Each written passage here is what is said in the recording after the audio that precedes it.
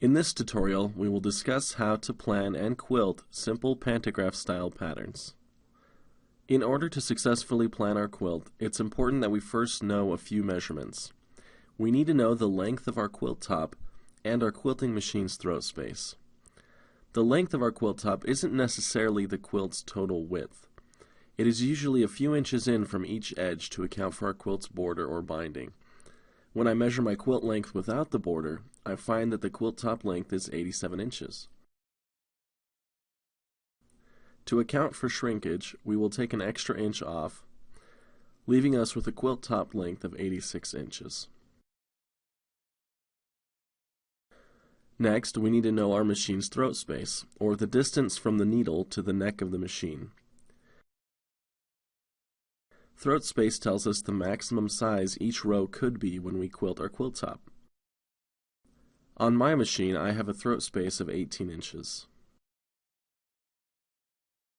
Now that we know our quilt top length and our machine throat space, we need to do some simple math.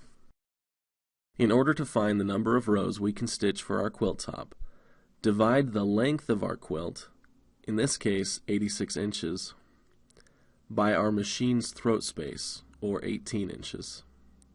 This equation tells us that we can stitch 4.77 repeating rows, or in other words, 5 machine passes. If we use these row heights without adjusting them, 4 out of the 5 rows will be 18 inches, but the last will be shorter than the others. In order to make sure that we have evenly sized rows for the entire quilt, we need to do one more calculation.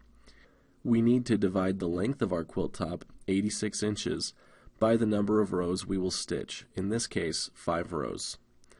The resulting number, 17.2, is the correct height for 5 uniformly sized rows to cover the entire quilt top of our quilt.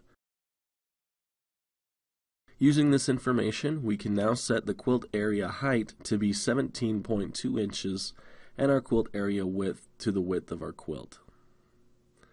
We can then add our patterns to the correctly sized quilt area, repeat them as necessary, and run the pattern. Once a row is stitched, we'll need to advance the quilt. In a previous video, we showed how to advance the quilt using the nest feature. Another method of advancing the quilt from one row to the next is the single point nest method. Move the needle to the bottommost point of the just stitched pattern, then drop the needle into the fabric. Now slowly roll the quilt.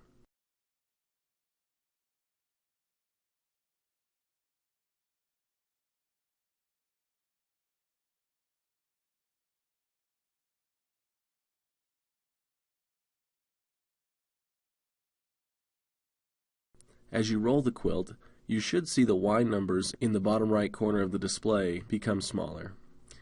We want to roll the quilt until the Y value is within 1/10 of an inch of 0. Once there, lift the needle from the fabric and stitch the next row as normal.